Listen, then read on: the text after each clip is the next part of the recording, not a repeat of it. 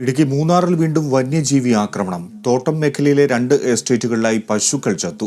തോട്ടം മേഖലയിൽ കടുവയുടെയും പുലിയുടെയും ആക്രമണം പതിവാകുന്നതിനെതിരെ നാട്ടുകാർ സമരത്തിനൊരുങ്ങുകയാണ്. മൂന്നാർ ലക്ഷ്മി വെസ്റ്റ് ഡിവിഷനിലും മാട്ടുപ്പെട്ടി കൊരണ്ടിക്കാട്ടിലുമാണ് വന്യമൃഗാക്രമണം ഉണ്ടായത്. കൊരണ്ടിക്കാട് സ്വദേശി ജോർജ്, ലക്ഷ്മി എസ്റ്റേറ്റ് സ്വദേശി മണി എന്നിവരുടെ പശുക്കളാണ് ചത്തത്. രണ്ടും ഗർഭിണി പശുക്കളായിരുന്നു.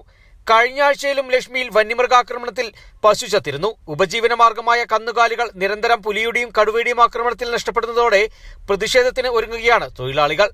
மாடு சங்குல அந்த புலிக்குள்ள பாடு அந்த கழுத்துல பிடிச்சிருக்கிறது அப்படியே பிடிச்சு மாடை கொண்டுருச்சு. நாங்கள் வாட்சர்மாரை கூப்பிட்டு போய் எவரேட் ஆஃபீஸருக்கு தெரியப்படுத்தி ஃபாரஸ்ட்டுக்கு இன்ஃபர்மேஷன் கொடுத்துருக்கேன். ஃபாரஸ்ட்காரங்க நாளைக்கு வாரண்ட் இருக்காங்க. அப்போ என்னுடைய மாடு அதே இடத்துல போட்டுட்டு நாங்கள் அந்த புலி நடமாடுற இடத்துல நிற்க முடியாது. மழையும் ஜாஸ்தி அதிகமாக இருக்குது.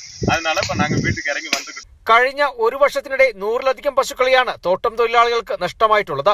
ലക്ഷ്മി, നൈമക്കാട്, പെരിയവാര, കടലാർ, മാട്ടുപ്പെട്ടി മേഖലകളിൽ എല്ലാം വന്യമൃഗാക്രമണം പതിവാണ്. പുലിയും കടുവയും പതിവായി തോട്ടം മേഖലയിലേക്ക് ഇറങ്ങിയിട്ടും വനംവകുപ്പ് പ്രതിരോധ നടപടികൾ സ്വീകരിക്കാത്തതിൽ പ്രതിഷേധിച്ച് സമരത്തിനൊരുങ്ങുകയാണ് തൊഴിലാളികൾ. Kerala vision news, Idukki.